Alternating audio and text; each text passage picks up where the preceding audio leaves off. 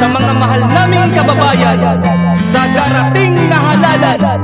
Huwag nating kalilimutan, subok na sa lansangan at maasahan, tagapagtanggol ng karamihan at karapatan ng kababaihan, kabataan, paninirahan at kalusugan. Sanlakas Party List, mga kababayan, pang-14 sa balota. Huwag mong kalilimutang lagdaan, sanlakas sandigan ng mga maralitang mamamayan. Sanlakas, sanlakas, sanlakas, sanlakas. Ay nagsimula noong 1994, no? Ito ay sa effort ng iba't ibang sektor gaya ng manggagawa, maralitang tagalunsod, mga ilang professional at nasa mga taong simbahan. At ito ay itinayo dahil ito ay kailangan ayusin ang mga problema ng ating lipunan. Sa lakas ang iyong sa halalan sa maroy, pinaglalaban nito, karapatan ng tao noon, subok na sa bisyo, magpalabas loob pa ng Kongreso, sa lakas ang magpapabago, ngayong eleksyon sa Tuloy ng kahirapan ng mga mamayang Pilipino, yung walang trabaho, ang mga marami, mababa ang sahod, marami ang problema sa demolisyon, at iba pang mga problema, iba pang sektor.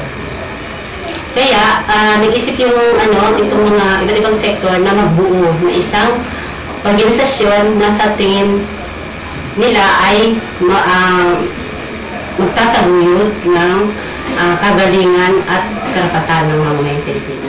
Sa lakas ang aktivismo, sa lakas iboto mo sa Mayo, sa lakas pagbubo sa Kongreso, sa lakas malaking tulong sa mga tao para isulong ang kahilingan at karaingan ng mga maralita at walang inaapi, patay ang pagsisilbi dapat ng bawat isa dito sa ating lipunan na tinatapakan na ginagalawan ng mga maralita at mamamayan. Sa lakas di kayo iiwan kahit anong labanan, kahit sa lansangan karapatan mo ipinaglalaban, maituwid ang tamang kamalian, sistema kabulukan sa ating bayan, dito sa ating sinilangan, sa lakas ang kailangan, sandigan ng bayan. Napa-rollback natin yun, ayun ay dahil sa nakipag-alyasa din tayo, nagbuo ng mas broad na organisasyon na kasama ang Sanlakas dyan. Tayo ang nag-lead dyan, gaya ng KRB, meron ba rin tayong, ang KRB na panalo niya yung rollback ng langis.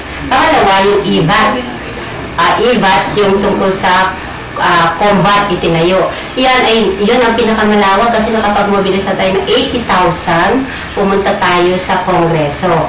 At ang kasama natin dyan na mga very natingkad na lumabas dyan ay yung simbahan. Si Bishop Bacani ay nahatak natin na ilaban ang mga isyong pambansa gaya ng IVAT. Ang isa sa negosyante rin, gaya nila Joe Concepcion at iba pang mga grupo sa yung Katapat, etc.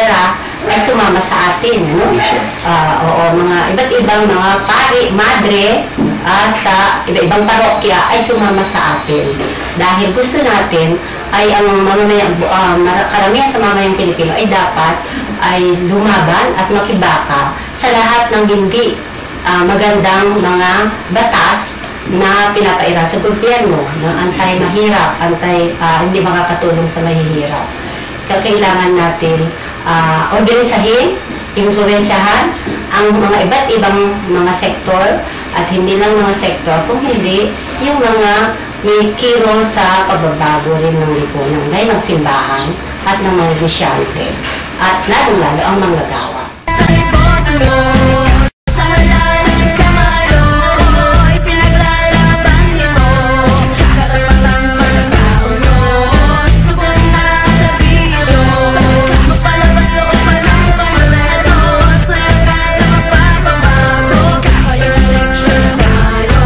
Lakas sa yaangat ang pamulatan ng mamamayan tungo sa pampulitikang kapangyarihan ng lipunan, karapatang pinaglalaban ng maralit at inaapi, sulong ang karaingan, kahilingan ng sambayanan, buwaya sa lipunan, sakit sa kaban ng bayan. Kailangan na ng pagbabago para sa bulok nilang proseso. Ngayon andito ang partido, nagkaisa lahat ng grupo, Sanlakas silang tawag at sila'y subok na natin. May ganda ng mga layunin o prinsipyong adhikahin, hindi lang sa ating bayan, maging sa buong paligid natin. Kaya sa eleksyon